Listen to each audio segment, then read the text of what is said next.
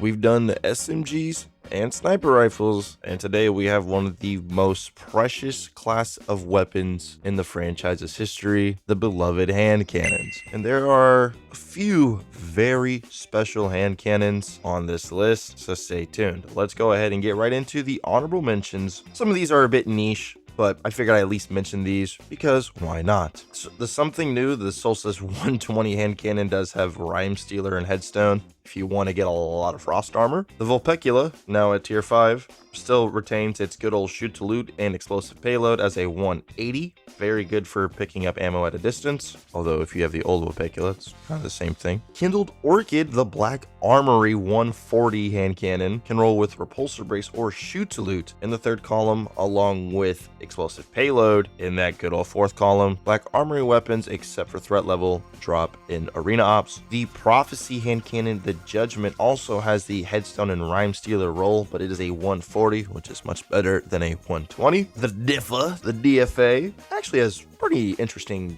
perk combos with explosive payload and one for all. Raw, just really good. You could also get explosive payload and frenzy, and it does also have attrition orbs. Regardless, this weapon having explosive payload in the third column has a little bit of value to it, and frenzy, explosive payload, good old double damage roll. We'll happily take that. Can be farmed from fire team ops and is a 140. Aureus Neutralizer is a spread shot hand cannon from Trials, and it has Vorpal in the third column, along with trench barrel and or cascade point in the fourth column. Spread shot hand cannons aren't the craziest frame of hand cannons, but I figured I would at least mention this. This is definitely one of the better hand cannons. Now let's move over to the main list here, okay? The Epochal Integration, this is that Lightfall promo hand cannon that we all saw on the Lightfall poster, actually has some pretty good stuff. Explosive payload or heal clip in the third column with Chaos Reshaped or Incandescent, honestly, could go pretty hard, especially if you are someone who cannot get access to Zauli's Bane. Not to mention, it does look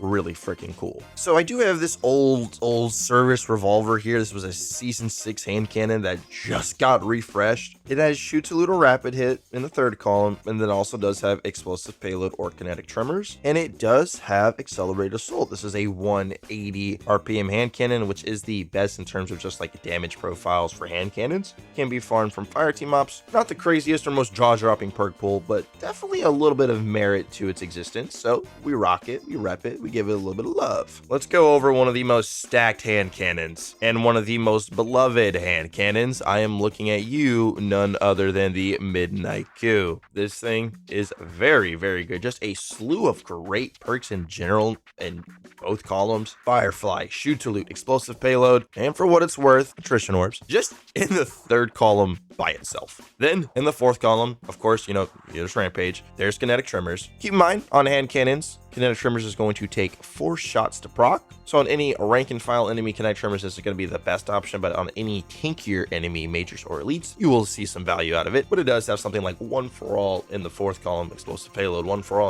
double damage roll. Unfortunately, no frenzy, but that's okay. We don't need frenzy on every single weapon. I know some people like desperate measures. That is here on this weapon as well. And for what it's worth, its origin trait and dominability is really, really good. Depending on what type of super you have equipped or subclass you are on, it'll grant you 5% grenade ability energy for any light subclass or light super if you're on prismatic, and then 5% melee ability energy for any dark super or dark subclass if you are on prisma. Regardless, getting free 5% grenade or melee ability energy just as an origin trait perk is very, very well, and we'll happily take that. This is the Midnight Coup, bro. This is one of the most storied hand cannons in this entire franchise. We love it. You love it. It's here. It's the Onslaught hand cannon. Do keep an eye out on this bad boy. Let me talk about one of my personal favorite hand cannons, the Wok, the Word of Crota. Now, unfortunately, the Word of Crota didn't get any insane, crazy changes to its perk pool. It's still kind of rocking with just what it had when it launched. But when a weapon it was so just strong off the rip, it doesn't need much to still be great. Because looking at this weapon's perk pool, obviously,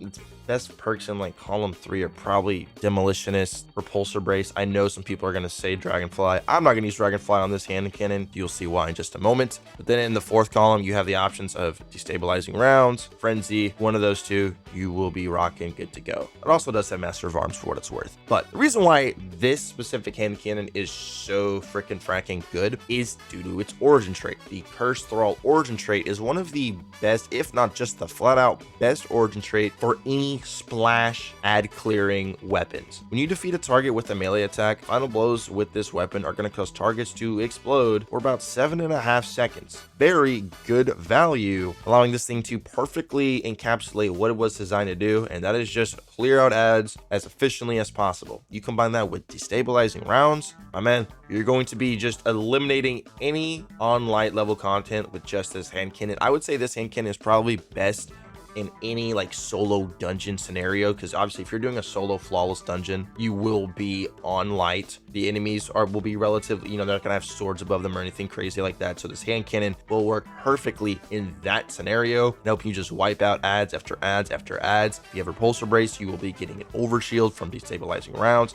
Not to mention, we have all of the good artifacts for you to pick and choose from to really build into this weapon. And overall, this thing has really stood the test of time. And even though its perk pool didn't get insane refresh or anything like that with this update, it is still just so powerful due to that Cursed Thrall origin trait. I love this hand cannon. It's a 180 from Crota's End, and I would say the truly only downside of this hand cannon is that you have to play Crota's End to get it.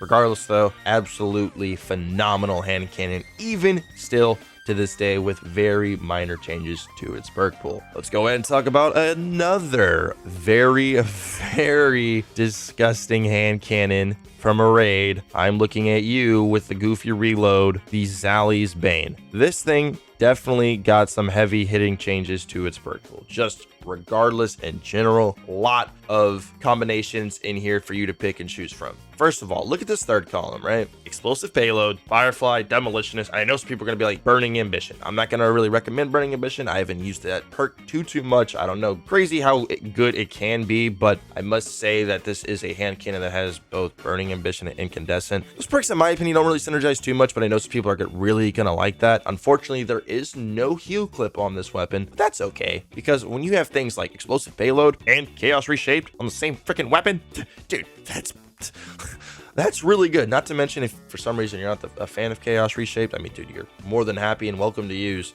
One for All Explosive Payload, an Incandescent Explosive Payload, you Firefly Incandescent. I mean, dude, the list goes on. Firefly, One for All. The list of perk combinations on this weapon are just so good. Not to mention it being reprised and being a drop in the new Pantheon has one of the best shinies. The shinies for some of these raid weapons inside of Pantheon, except for Chattering Bone, are sensationally beautiful. Not to mention, the origin traits are relatively decent. Obviously, it has the elliptical orbit one from Pantheon, and then it still has its good old runneth over from King's Fall, which, depending on how many allies you have in your fire team, will allow you to get extra bullets in the magazine whenever you reload your allies.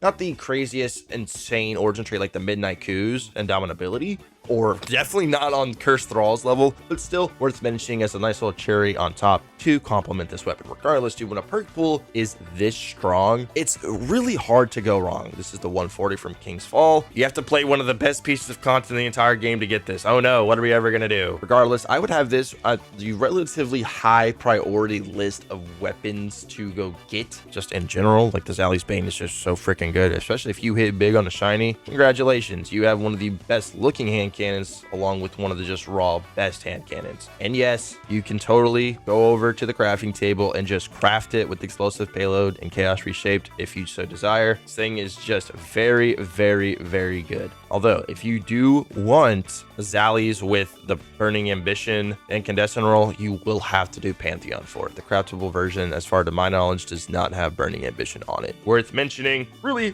freaking good. I do just briefly want to mention the Uncivil Discourse. It's still good, but obviously the nerf to Lucky Pants kind of hurts this weapon as well. It's an indirect nerf to this one. It can still frag out and put out some good damage, especially if you have the Accelerated Assault Origin trait, but it's not nearly the God-slaying raid boss destroying hand cannon that it was back in Renegades. Regardless, still pretty good, but not nearly as high on the priority list as other hand cannons in this video. Let's talk about another raid hand cannon, one of our favorites, one of the most prolific hand cannons in this game's time. time, the Fatebringer. Obviously, this being a Vault of Glass weapon means it has the Time Lost magazine ordnance trait. Granted, on a primary, it's not as impactful as it is on like the rocket, but it is still very, very strong. With a perk combination and pull as strong as the Fatebringer's, it's once again going to be really hard for you to go wrong here. This is a hand cannon, 140 kinetic style with things like kinetic trimmers, explosive payload, and for what it's worth, does have impromptu ammunition as well for some ammo genning. In the fourth column, you have, whoo man, here we go, Frenzy, Firefly, Elemental Honing, One for All, and All-Stars here. With kinetic synthesis, you'll be making a lot of ammo to proc All-Star if you are not on a prismatic subclass to proc something like Elemental Honing. But I mean, dude, explosive payload with Frenzy, One for All, All-Star, Elemental Honing, juice. If you're in higher end content, kinetic tremors with any of those perks in the fourth column, also juice. Unfortunately, you cannot get both kinetic tremors and explosive payload on the same roll at the same time because they are both in the third column, so they're fighting for that slot. But regardless, the Fatebringer is very, very strong with so much going for it. Very hard to go wrong when a weapon has this just raw base foundation built so well for it. Not to mention, Fatebringer just stays looking beautiful. However, what if I told you that the best hand cannon in the game is one that most people aren't really talking about as far as my knowledge? I know people will be like, yo, dude, you haven't mentioned the new palindrome. There's a reason why. That thing sucks. It's better now in season 29 than it was back in like season 26 when it came back initially. But let me put you guys on some game, okay? I know people will be like, dude, you didn't mention Exalted Truth, Ancient Gospel. I know, it's cool. But you guys need to hear about the frickin' Nation of Beast. The knob, as I like to call it, is so disgusting. It's craftable with Last Wish weapons having patterns for over 3 years now, so I'd imagine most of you guys watching this video have the Nation of Beast pattern. So yo, you guys know that new perk Gear Shift? Yeah, dude, that's in the third column of this weapon. Yeah, Gear Shift is a third column perk on the Nation of Beast. And not to mention that, you could also put on Explosive Payload, Volt Shot, or, hear me out, the new and improved Jolting Feedback. Jolting Feedback in this sandbox is gonna proc within like I think 2 or 3 shot when enhanced. So now you have a disgusting damage perk in the third column and then a beautiful splash perk in the fourth column that you no longer need to reload to proc like you did with Volt Shot in the past. You are just flat out mogging everything. Not to mention if you are amplified, which will be a lot just because amplified is one of the best subclass buffs in the game, it's gonna proc even quicker. Like in the best scenario, you're just gonna be pop, pop, pop, jolt, pop, pop, pop, jolt. Not to mention you have a 35% damage buff because of Gear Shift being in the third column. It's actually so insane how good the Nation of Beast is, and not many people are talking about it. I might have to just flat out make a whole separate video on this hand cannon because it is so sensationally good, and it's just not getting that much attention to it. Unfortunately, the Last Wish origin trait isn't anything to write home about. Explosive Pack, this weapon gains an improved amount of stability and reload speed when activating a grenade ability. So nothing too crazy in the origin trait, it's just like there. But when you have Gear Shift in the third column, and then you have the options of Explosive Payload, Volt Shot, and Jolting Feedback in the fourth column, bro, you have me sold.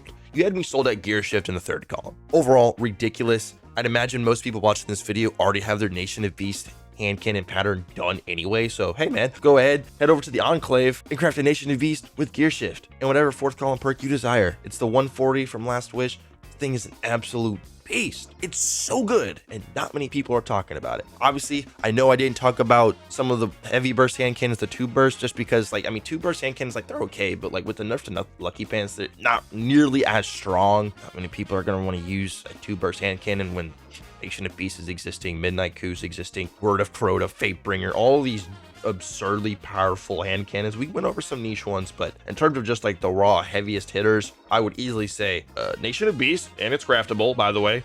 Zaouli's Bane, absolutely disgusting. The Word of Crota, and then you pick between whichever kinetic hand cannon you want, either the Midnight Coup or the Fatebringer. Let me know your thoughts and opinions on the list. If I missed some hand cannons, if I overrated some hand cannons, let me know down in the comments, and please feel free to let me know which weapon class you would like to see next. Thank you guys so much for watching. Do be safe, consider subscribing, and checking out the Twitch channel. I'll see your beautiful faces in the next one. Adios.